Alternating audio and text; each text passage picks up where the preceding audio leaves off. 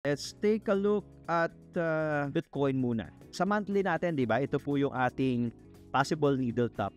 Still valid pero mahina na to. Mahina na tong needle top na to. Yung monthly chart natin kay Bitcoin still suggest a consolidation. Probably, nakaka 3 months na to Probably 2 or mga 2 more months before lumabas dyan sa range niya si Bitcoin. At least on a monthly. So even sa weekly makikita mo yan. Maybe mga 4 to 8 weeks, magko-consolidate lang talaga dyan si Bitcoin. So that's 90K to 106K level.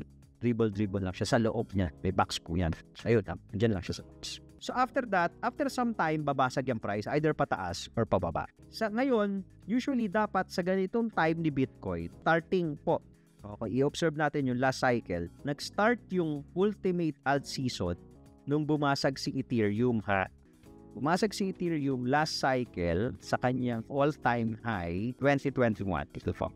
January, February, May nag-peak si Ethereum. And then nag-correct.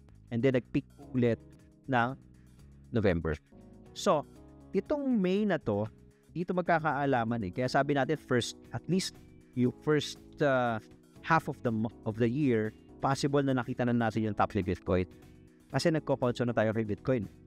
So, ang gusto natin makita ngayon is yung mga alts. Especially, kahit doon na lang muna tayo sa big alts, no? Like Ethereum, Solana, umakyat na. XRP, umakyat na. Cardano, yung mga malalaki.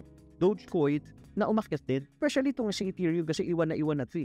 We want to see Ethereum na mag-lead ng alt season. Kasi pag siya nag-lead, karoon tayo ng ultimate alt season.